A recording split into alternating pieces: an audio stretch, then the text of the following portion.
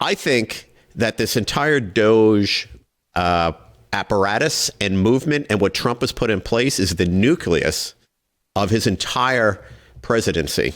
And it's the nucleus of fixing this country. And this is not a Trump thing. We all love Trump as MAGA because we love our country. We're supporters of our country. 25% of the U.S. economy runs through the government. 25%. So if we make a dent here in the United States Treasury and every department that we're cutting money to the point of $1 trillion, $2 trillion, think about the impact that's going to have on our economy. Couple of points that are derivatives of all the stuff that Musk is doing in DOGE. And by the way, he won off of a liberal judge today to continue to do what he's doing. The 14 AGs from different states all tried to stop him. They're going to continually do this. And even a liberal judge was like, I don't see the harm here. Like, not just any liberal judge, by the way. Yeah. That's Judge Tanya Chutkin, who we've all become very familiar with. She was the tip of the spear, as Big D used to call her, remember? Yep.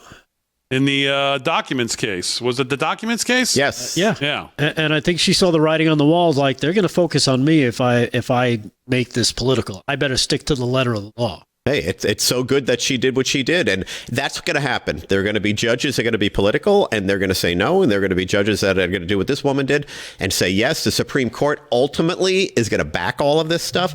But this leads us to so many things. Number one, I have an image I want to put up there. I think it's VB1, if you got that there, Aaron. What that says is something remarkable. What that's basically telling us is 60 to 80% of every department in the government, every one of them, are Democrats. All of these state workers, all these people that are resisting the change inside, they're not just the majority. They're the super majority of the workers that are inside the government that DOGE is starting to put out. You could take that down.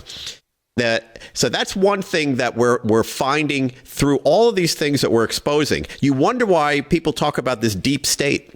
And I've been ridiculed by even using the word deep state. Well, that's it.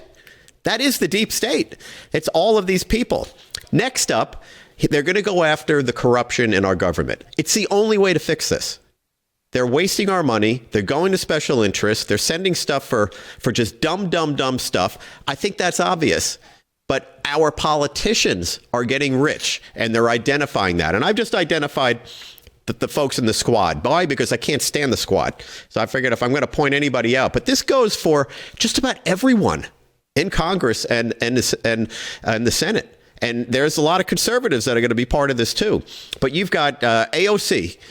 She had a net worth before she joined Congress of $15,000.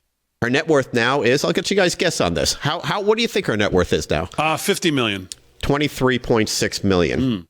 $15,000 on $150,000-$60,000 salary. It's $23.6 million. Ilmar Omar.